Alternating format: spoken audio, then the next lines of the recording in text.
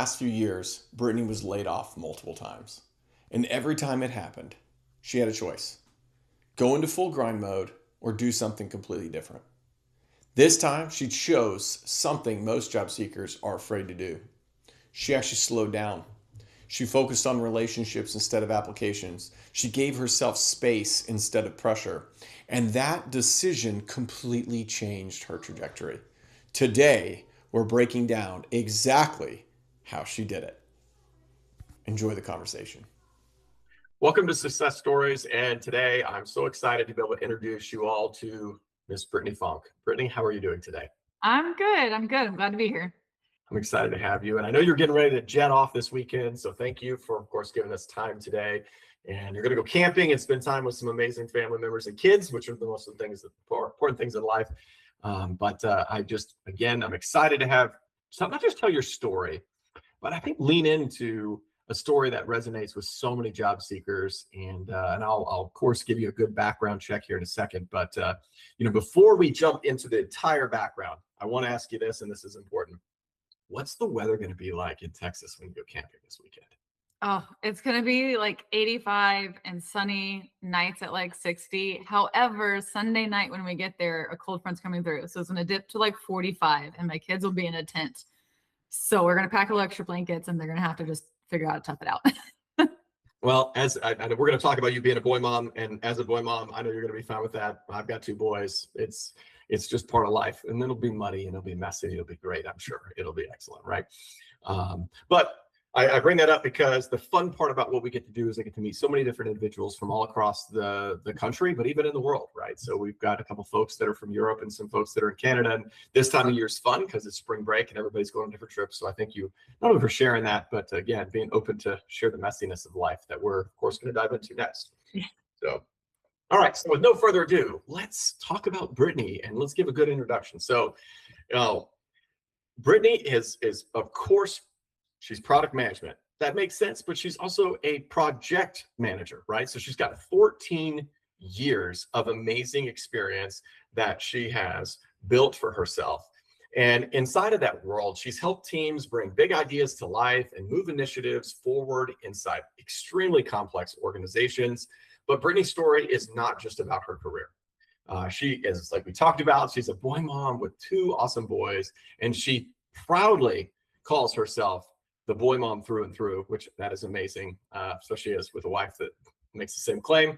And that means that, and she shared with me in the past that mud, sports, energy, chaos, and everything that comes with raising two boys is a key component of who she is, including moving fast.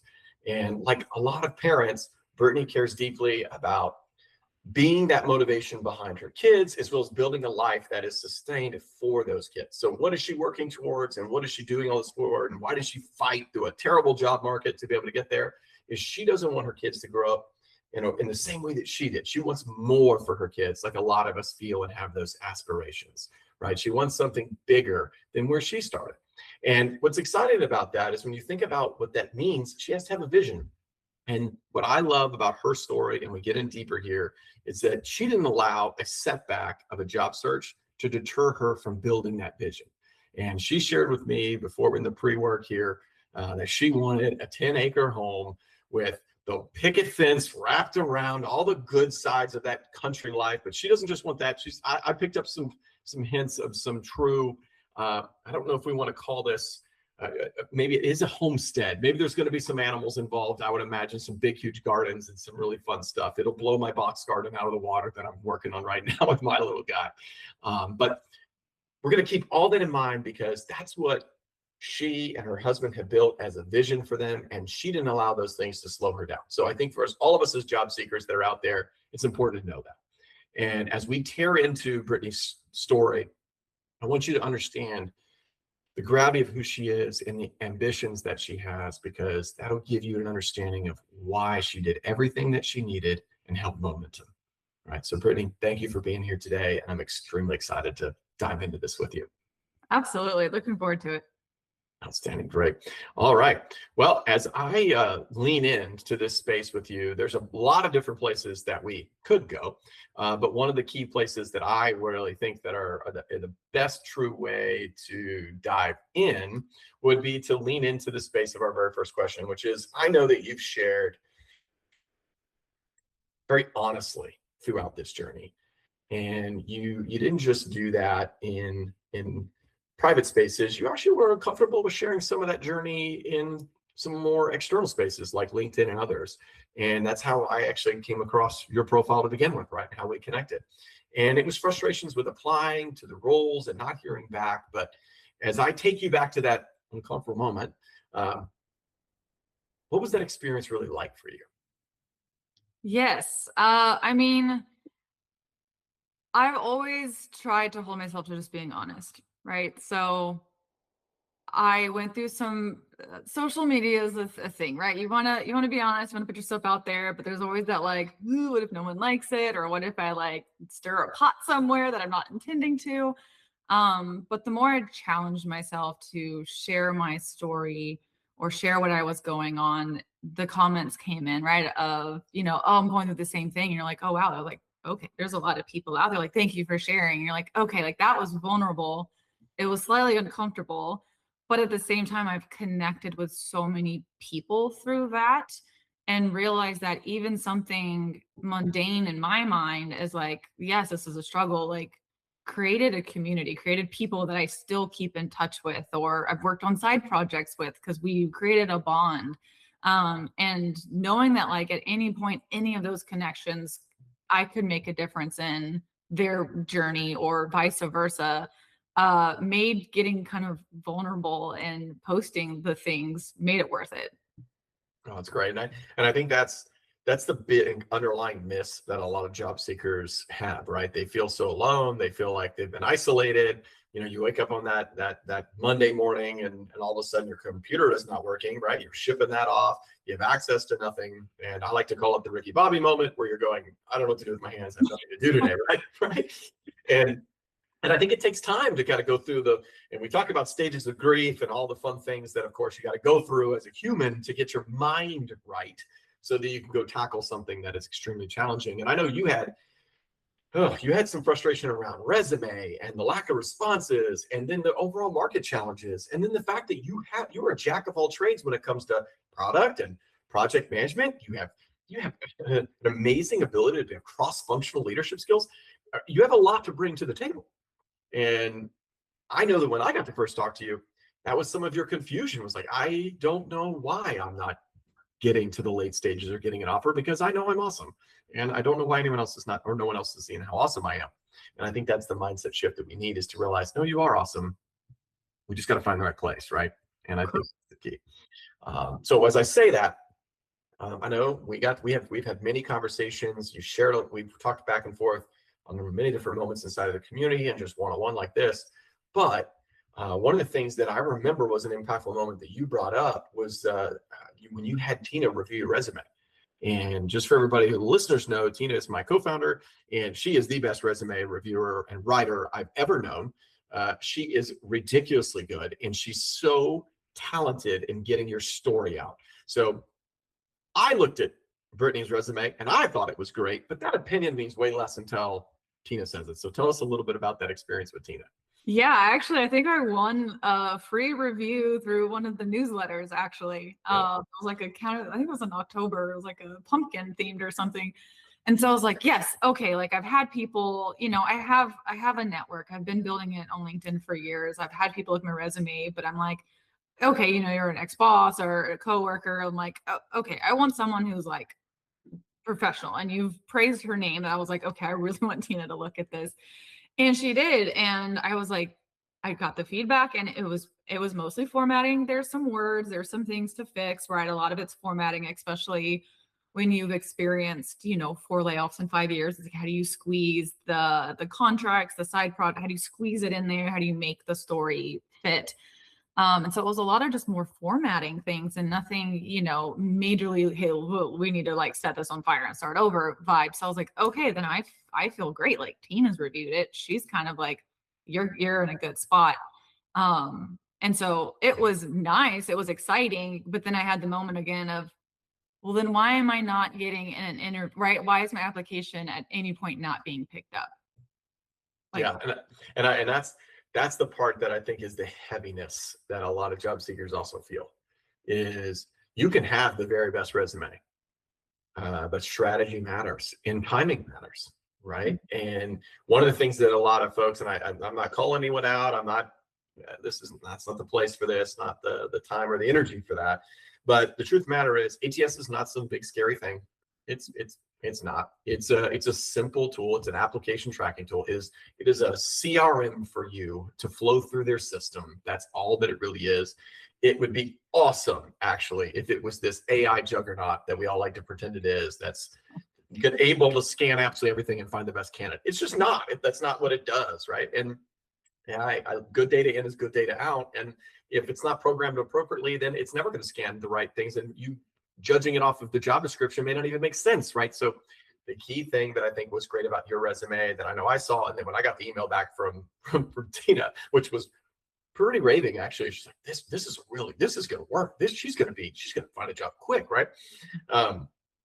Was the fact that you did tell a story through it. And I think that was what was really cool about every time I talked to you, you were unwavering in that process. Now, I'm sure there were moments of, we'll get into a little bit about burnout and other things where you got tired, exhausted, and more. But you really did know your value and you continue to communicate it. And I think that's really where, and I don't want to give anything away, but I think everyone knows the success story, you're going to win in the end. But that persistence and networking and building those relationships and telling that story authentically is the way that you win, right? And I think most job seekers need to figure that out because the resume is just a piece. It's just a marketing material. You got to get your strategy right in networking. Would you agree with that, or what else would you add from that? Absolutely. I actually wanted to. We were talking about LinkedIn, and I was thinking about that too. Where that's part of the strategy. That's part of marketing yourself, right? But I know when I first started, it was like, what is my voice? Like, what do I want to say? And in my mind, I needed this kind of perfect, curated marketing bundled package of things. And then I posted one day about after a layoff of playing and learning Minecraft from my son. And it was just like, yes, I have a lot to do, but like today, like this is what I need to do because like I can't sit there and look at my computer. And it like blew up. And I was like, oh, like sometimes just some real life, like this is something. Look at my pretty flower I grew. Like, you know what I mean? Like sometimes that's what it is. It doesn't have to be this curated, post with these bullet points and things like that. Sometimes it's just being authentic to yourself of like, hey, I am struggling, or like, hey, I am taking a break today. And it's okay if you take a break today from the applications. Like your mental health is part of it too. And preventing burnout is a huge aspect of it. And so I do agree. I think LinkedIn, I think communities like this community, connecting with people, all of those are marketing strategies when you think of yourself as a job seeker, as an actual job itself. Absolutely. And I think that's so pure in what you're saying, because that we believe that perfection is impossible, but the pursuit of perfection is perfect, right? And in that same philosophy, that means done sometimes is better than perfect, right? Mm-hmm. And we want to combine that story, that resume, and teach and train and have that ready to go. But you don't immediately just move into networking, right? There's a piece of where those two components have to come together. Mm-hmm. You won't learn your story until you navigate into those relationships. You won't authentically know what's made you so talented in the past until you talk to the people who you were in the trenches with, right? Mm-hmm. And so you can formulate any story you want. You can build anything that you want to design and build, but it's really about the journey of this process that makes people stand out. And I think you did that so well. And I truly think back on a couple of statements that you made that moved me, even watching you communicate through LinkedIn and then even carry some of that over into the community and how you helped other people. And I thought that was amazing. So in that process, give me, for all of our listeners, what was one thing that stood out to you when it wasn't so much about you getting help, but you giving help? Yeah, I think that's just always been kind of a core part of me of, when when you're trying to teach someone something, you really got to dig in and be like, oh, I'm learning alongside you, right? Especially when you got kids and you're trying to teach them some English now, and you're like, English is just hard. I'm kind of having to relearn some things, right? So it's like that same concept. So I think there were a couple of times where I was really struggling. And I think like my posts and my conversations were almost in a way of talking to myself through it, but knowing other people needed that same conversation of like, hey, I'm figuring this out, or we're having a hard time, but here's some encouragement. It's what I would try to tell myself looking in the mirror. And sometimes it, again, vulnerable, right? Because, hey, I'm kind of just like having a conversation with myself in a sense, but other people need that. And I think when I would struggle of like what to post or like where am I at? I'm burned out. I'm just kind of tired of this whole thing. I would kind of just pause and be like, okay, take me out of situation. I'm looking through all these posts of people posting about losing their job or struggling. Like, what would I say to all of them if I could send them a message? And then that becoming a starting off point to again build more people and be like, okay, it boosts your own confidence of like, I'm helping someone, even I'm in the trenches down here, still in my sweats, like I can help someone. That's reminding me of who my core is, who authentically I am of myself. And it in turn helps build your own confidence up again. Oh, that's great. That's great. And that is where I want to go next, because you dealt with burnout, right? This wasn't, it sounds like it's rainbows and sunshine, but that wasn't always the case. And I think there were moments where that was tough, right? And you were brutally honest about the holiday season. And let me just set this up for everybody so everybody listening understands. If you've never been a job seeker, or maybe you are a job seeker and it just happened to you, there are 4 stages in a year, just like there are 4 quarters in a year, right? And what we are currently in, which was January, February, and March, this is the networking season leading to hiring season, right? So then when you get into, of course, the hiring season, then that's when all the budgets have been done, SKOs are over, projects are locked in and loaded, and all the hiring happens. It's like a speed hiring session. Then you get into the summer season, which is going to have you locked into the idea of where now things are going to slow down. Now they don't actually slow down. People are still hiring. It's just people are traveling. So the time frame of getting hired is a little bit harder, right? Because people are on vacation, and that slows things down. Approvals get slowed down. So not just people being gone, but someone has to click the button. The last stage of this is the holiday season. And this is where really I think you sat in. And there's 2 ways of thinking about this. And 2 things can be right at once. There is a theme that I think that a lot of job seekers take where and I loved how you put it, you went into ostrich mode. And I'll have you explain that in a minute. But there's also then the folks who say, nope, I'm going to keep pushing, keep going. That was Wendy's success story, right? And so you can win either way. Mm-hmm. I want to focus in on ostrich mode right now. And I want you to talk through why you did it, what was your rationale behind it, and then I'll throw some counter concepts in there just so everybody gets a balance. But it was so perfect for you with your burnout. Explain that. Yeah. So ostrich season was basically bury your head in the sand and just pretend you don't exist for a minute. Not to say that wasn't just sitting away from your, like not doing anything, but it was a season of giving myself extra grace of there's a lot of school stuff happening. There's the Thanksgiving break, the Christmas break, the kids are home. I've been in the season. This is my second layoff that's in this holiday season. And the first one I can look back and being like, I meant like that was an opportunity to slow down, be with the kids, go for walks, like do things. And instead I was like at my computer all day. And by the time I hit interviews, I was so done. Like I was so burnt out. I didn't want to talk about it. I was like, I just want a job. I didn't know myself. Like I lost it. And so this season was like, okay, I have a better strategy. I'm going to keep up with LinkedIn. I'm going to create like my couple posts that I want to make or my things that are top of mind, go comment, help people. I'll look for jobs, but I'm also going to just push the little save button and that's tomorrow's problem. And not feel this urgency of like, get up in the middle of dinner and go apply because it just got posted. If it was going to be meant for me, it was going to happen. Whether I did it that night or applied 6 hours later. And so I kind of I opened myself to be of a rest season more than a grind season, because the job was going to come and and the grind was going to happen. So I just tried something different this time, and it worked out well. I did not stress much.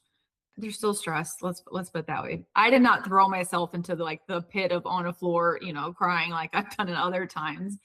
I embraced the slowness and gave myself grace during the days of like, I'm just gonna go play outside and not do this. And by the time the things started coming around, I had my energy. I had my spark still that I did not have the last time that I went into grind mode. Mm. Mm. So I have to know, what was the most exciting thing you did during that time period? Oh, Of all of them, because I know there was a lot, but which was the most exciting thing? What was the best thing that you did? this is gonna sound so silly, but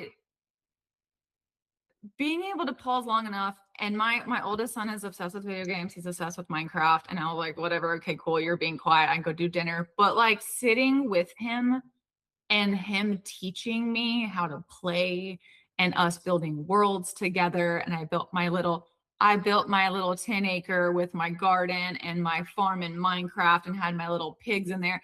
There was just something about looking back and realizing that it was such a bonding experience with he's almost 10. Like I keep remembering, like I've only got a few, good years before he wants friends over me. It wasn't like this big trip or this big exciting thing. It was just me and him got to bond because I slowed down to say, yeah, I can sit here for an hour and learn a game with you, get into your world instead of you seeing that my world's just stressed.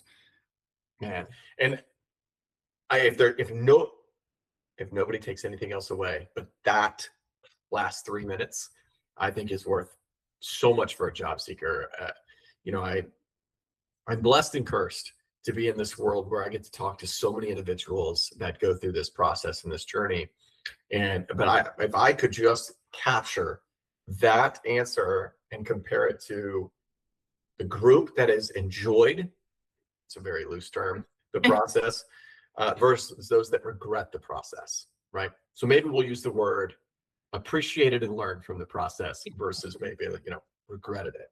It's that moment. In your case, yes, you went through layoffs twice. That's how you do the second one. And that's becoming more of the norm, unfortunately, in our current market. But it doesn't seem like it, but being laid off can be a gift if it's utilized properly. Right. You may never get this time again. 100%. And again, going through it 4 times, I'm gonna find a job, right? I'm not gonna get this time back. Like, to slow down. Like, I think sometimes some of them were very purposeful rest periods to prepare me for what was about to come, whether I could see them or not. I can look back now going through them all. And I think that's why this one was different, because I was like, okay, I've had my grind till I am burned completely out. I wasn't a great mother. I wasn't a great wife. I wasn't a great person to be around. I truly wasn't. I can acknowledge that, right? And I wasn't gonna let a layoff do that again to me. And so yes, you learn, right? If you're going through your first one, it is tough to navigate. Do you grind? Do you go? What's your finances look like? All of that. There's a lot to put into it, but I do hold that in any of those, it's a season of rest. It's a season of giving yourself extra grace. You will find a job. You will get back on the grind again. Take the time for the extra walks. Take the time to just go get some sun on your face, and bond with people that you will be too busy for later when you do land a job. Yeah, and I think I'll put this out there just because if I don't say it, then I can think of 3 people in the community who will call me out for this because I say it all the time. So if I don't do it, I'll get messages. But 9 to 3 is the rule that we put into place, which means if you want to be a job seeker and you want to put some kind of parameters and you want structure and you want to build habits for yourself, the 9 to 3 rule is a good one. Just for everybody to understand, that means by 9 a.m., you're doing whatever it is that day that you need to do. You break it up into segments. It teaches you that throughout the day. Please take a lunch. go for the walk, do something for yourself, and then stop at 3 p.m. I don't care what you do from 3 to 5, right? If you want to pretend you're in a work world, cool, do it. But that 2 hours, don't better yourself based on your work world. Go better yourself based on your family, something new you want to learn personally, add a talent. I don't know, learn guitar. I built a room, whatever it is you want to do when you've been laid off, right? Do something that becomes a skill that reminds you of what your identity is, which is not your work. Yes. I paint a wall. I have 4 different painted walls in my house, and they each represent a layoff. I paint a wall. I go, I find a color, I paint, I decorate. Got to get the frame up, but like I find something to let a creative outlet out, and that's the thing. I plan it as soon as the layoff happens. So cool. That's amazing. Yep. And that's actually a really good way to think about, when you do those things, it makes conversations easier, whether it's with friends and family, because you get that removal of so how's everything going with the job search? And instead it's, how's that project going? Well, what color did you choose for that wall? Did you do anything different on that wall? It opens the door up to have real conversation with real people, and it's not about searching, so getting your mind off of that can also be extremely healthy. In that same vein, one of the shifts that we talked about was really from removing applying and shifting more to relationships, right? Anyone can just blind apply and shoot out overall resumes to these different companies, but you took an approach a little different in this round, right? Where you went focusing more on your networking. So how did that look for you? What would you share with others to give advice around that? I'm not saying you did apply, but you did networking really is the primary focus, right? So what would that look like? I did. Yeah. I think there's an approach of, throw it all out, throw our applications out, go, right? And I always heard, slow down, make sure you know what you want. But for someone who I could go project, operations, like I didn't know. Like I didn't know necessarily what I should be targeting to really dig down and like dig deep. And so it became more of, okay, I want to learn, like, what are some companies that interest me? What are some roles that interest me? Let me go find people in those roles or in those companies. And I just want to learn. I just want to know, like, what does your day-to-day look like? Like, let me just connect. It's not connecting for a job. It's connecting to connect, to learn, to someday, somewhere, they may be a critical moment in your journey, but that's fine. That's a bonus. I think when you're thinking about engaging and networking, it's to learn something new, learn someone else's journey, learn something that helped them. And that helps a lot more. Again, now, did they like land into a lot of applications? No, I mean, few did, right? But the more I got to also talk about who I am, what I've done, it made it easier that when I did have those conversations, I'm like, I've just been having this conversation. Like, I've already been saying this. I am figuring myself out. I'm a verbal processor. So like, the more I talk about it, the more I'm like, oh, well, that is actually who I am. I wanted to put it on paper until I talked to someone.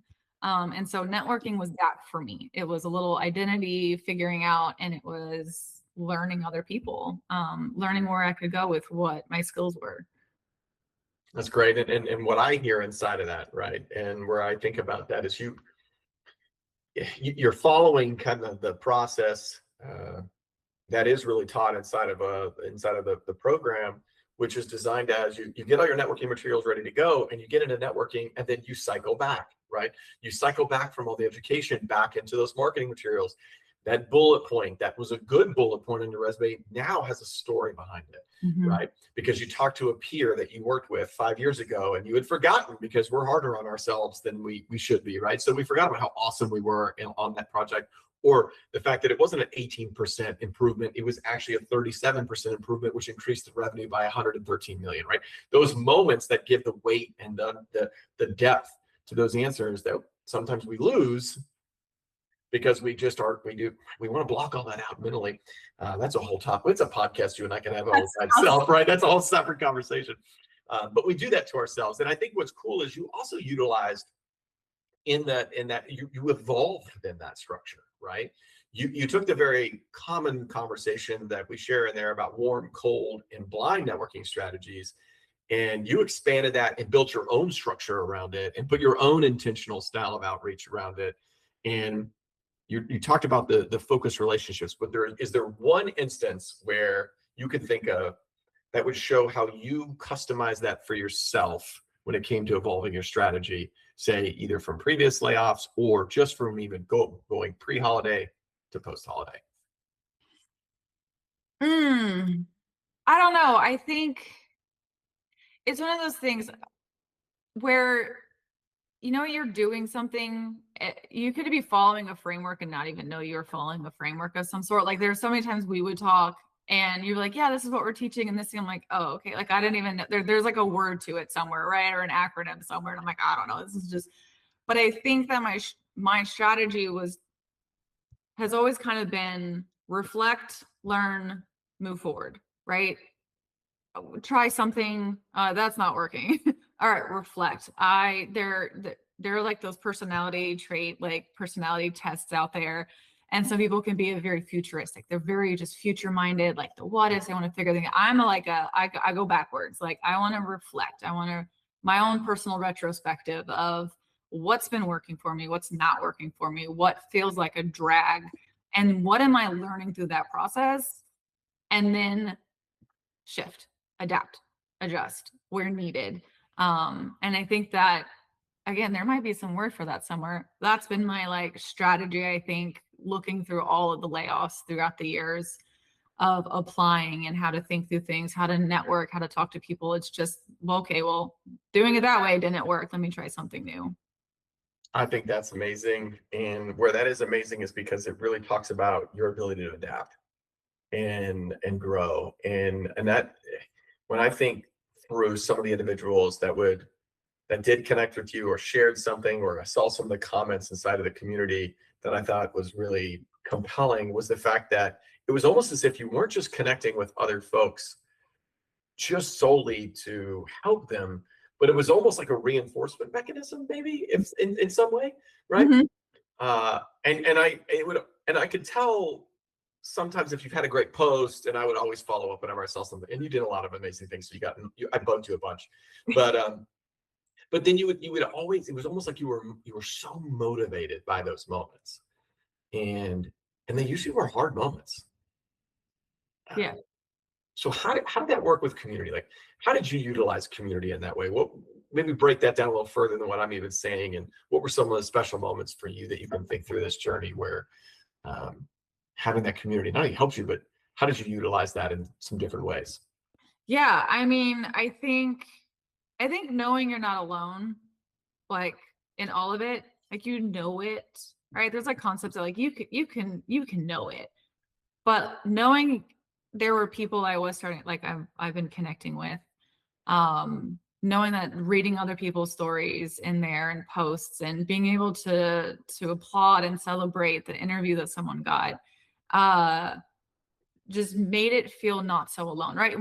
Anyone who's experienced a layoff, you understand. You've built this community of people. You've built your bond with people you've worked with every day, and then it's gone. Like it's gone. The meetings are, especially as product managers, all of a sudden the plethora of meetings are gone.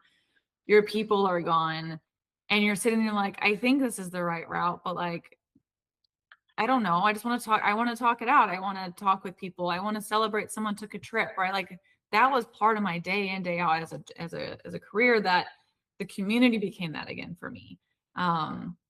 That it was like, hey, we're having a rough day. I'm like, okay, go in. Like, let me read through. And I'm like, all right, I actually have some experience in this. Like I'm half crying over here for my own thing, but I have experienced this. I think I can help this person. And I think that does reinforce, right? I think words have power. I think that as you speak things, it has power. And I think the more you sit there and you tell your story, or you talk to other people, or tell about yourself of like, this is who I am, it reinforces that, and it becomes to solidify your own personality. So the community was great for that, for me to be able to jump in and help even in times that were hard for me. and also ask for help. And get advice. There's a couple of people who really post a lot of like the daily mindset that it was absolutely critical for me every Monday to go in and read and be like, hey, I got this. Like it was a kickstart for my week. Yeah, I think the mindset channel it's probably the most, well, it is the most active, let's be honest. And I think that goes to show, I mean, 385 plus people in that world. And that's where the majority of people go for a reason, right? As there's something magical about that and important about that. And I because you can be doing everything right. Your resume could be great. You could be networking. You could be applying to the right jobs. Like you could be following everything to the T, and it's still hard. And your confidence, your just light, right? Like you take that away once you have the interview. Again, you could have prepped, you could have everything laid out perfectly, and you're just like, I'm so done. It doesn't come off well. And so I think that that's exactly why daily mindset is such a great spot. And it was such a good spot for me to go, okay, let's get ramped back up again. Like, okay, like my energy, right? Is what I've always hold to of that's one of my skills. That's one of my things in my basket that I present. Right. But yeah, if you get so burnt out, it doesn't matter. You need the people, you need the encouragement, you need the reminder that like, you've got this, it's just a season, get up, go put some music on, like go do something. It can change your entire week. Yeah. And you were an example of, and I appreciate you saying about the mindset channel. That's awesome. But I think you were an example of that light for others. And I think you need that moment to be shined upon you because you deserve it. You helped a lot of people. You were kind, you were courteous, and you did a great job. You really did. Now let's talk about the victory, and then that way I can let you get to your vacation, right? So, which you've earned that vacation, a paid one at that, right? Yes. Vacation, right? So let's talk about it. So tell me, what was the string of events? How did you end up where you are today? Because I think that really matters for people to hear, because your journey is not like, oh, well, I randomly had a job fall in my lap from this perfect situation, and I applied and it was magical and the interview process was clean. That didn't happen. So let's move this. I'd like to hear one story of that actually happening. But yeah, I don't think I haven't had one of those yet, actually. And we had 50 some odd people get a job last year out of the community. So I'm waiting for that one. Maybe next week. We'll see. Yeah. No. So I was looking. I had a friend, one of my best friends, come over. Her husband is director in IT. And he's like, I've got a project. He's like, I know you've been in product. You're looking for product. He's like, I have a project. Like, I need help. I know you can do it. I'm like, okay, like, right. Let's bottom line. It was more than unemployment. Gave me something to do. I needed to scratch the brain. The brain was getting a little bored. And I was like, I need a brain scratch. So sure, temporary, part-time, it's gonna last a few months. I was like, perfect. I can still have some time to apply in the afternoon. Do it. Let me just scratch something. And it was a challenge. It was in a field I've never been in. It was working on a project of compliance that I have never touched before. And it was back to project. And there were moments where I was like, no, like I'm a product manager. I've been in product. That's what I'm going for. And I sat and I just kind of pondered. I was like, nope, like I'm going to let my journey take me where it needs to go. Like, again, temporary. I tend to always pick up a project job at a layoff because it's easy to like, contracts are easy with projects. And so that's just how it got started. It was hanging out with my friend. He was like, I need help. I'm like, I can help. I can do it. I don't know a lot, but I'll figure it out. And so that's what kind of got me through the door back in, I think, November. Great. So now you're in there. Yep. I will say you were living uncomfortably comfortable, right? Because you're in a comfortable space, but at least you felt better than you did. Yep. But now this project was coming to an end. Yeah. So you had to do something kind of bold, and you had to kind of do something kind of big to be able to see where this goes next. And there was multiple conversations you and I had back and forth. So share a little bit more about how this came about, because obviously it didn't stay temporary, did it? No, it did not. So yeah, January, the compliance thing was going to be wrapping up. During the time I was learning already about other things that needed to happen, I was kind of catching like, okay, how are y'all managing this? Like, where's the process around this? And asking questions, and just kind of started forming my like list of here's all the things that I could jump into and help. again, that project was at massive risk when I first started. They were very far behind in very small teams who are doing all the things, and they didn't have anyone to keep them on track. So the fact that we got it completed on time was pretty magical. That we were able to get through the first audit. So was working a lot with the executives, the CFO. And he's like, I have other projects. Like, I need your help. I need you to jump in here. I need to get organized. I have too much on my plate. I can't organize this. And so I had the bold conversation of, okay, but I need full time. Like, I need health insurance for my family. I am actively looking. So like, absolutely, I'll stay on, I'll help you. But if that moment comes, I've got to find this for my family. And within a few weeks, it kind of quickly became, okay, I've got enough for you to do. Let's move you. So got shifted over starting last week. And what's amazing about that is that was not your friend, correct? No, the CFO, no, that was not. That was 2 levels up when you think of hierarchy. And I want the audience to hear that, because I think it's very important here. There's a lot of times a friend, a family member, someone in our past might put an opportunity in front of us, and we take it. And you should always have that yes mentality to go and learn something new and be uncomfortably comfortable, right? But what I want everyone to understand is when you are bold and when you have dreams and you see an area where your specialties can help a company, don't be afraid to shoot the shot. Especially if you, I know you're special, you're super talented, but we all have superpowers, and our superpowers need to come out, and you need to use those superpowers. If you want to take another analogy, you could call yourself a Swiss Army knife, right? And you might have 3 of those tools that are the best, but you have another 37 tools in your Swiss Army knife that you can go activate, right? And if you're willing and you're curious, and then you have a little bit of boldness to you, you can move yourself into a really wonderful spot by not tying everything back to this perception of, this is who I am. You're a lot of things. I think that's important for you to know there, right? You are a lot. You've done a lot in your life. You can do a lot. And Brittany, you're an extra example of that, because truth of the matter is that company probably would be in some trouble if it wasn't for you. So amazing job to you and what you're doing. And I just want to make sure it hears that. I think that's important. Thank you. Yeah, I think it does go back, right? I think, it's a process. Like, it is. You start networking, you start learning.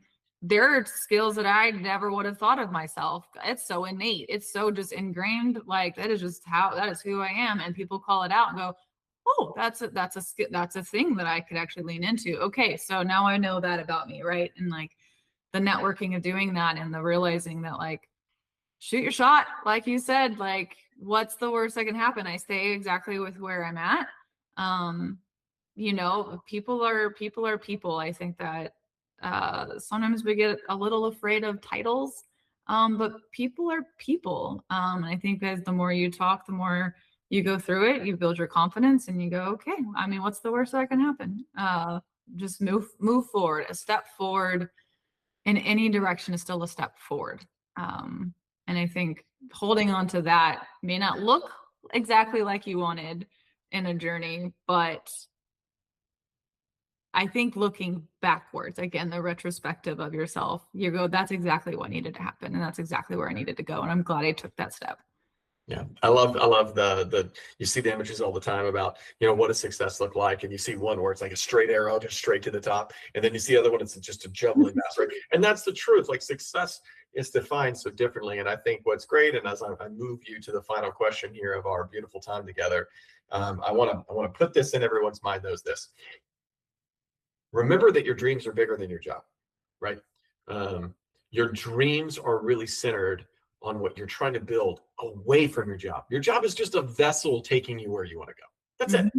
And you can have 10 acres on Minecraft, right? Or you can have 10 acres in real life. And the way you got to focus on that, right, is that you build it in Minecraft so you know what you want, but then you go get it in real life by being open and designing yourself towards understanding that the job title, the work, it's just a vessel. It's just a vessel to get you 100%. Yeah, awesome. Okay, last question, and this is what the best one I think of them all, because I think it really segments back to this. If you could give advice to Brittany this go round, which we're not going to have any more of these, but what advice would you give Brittany now based on this last round of education that you've had for yourself as a job seeker? Yeah. My advice,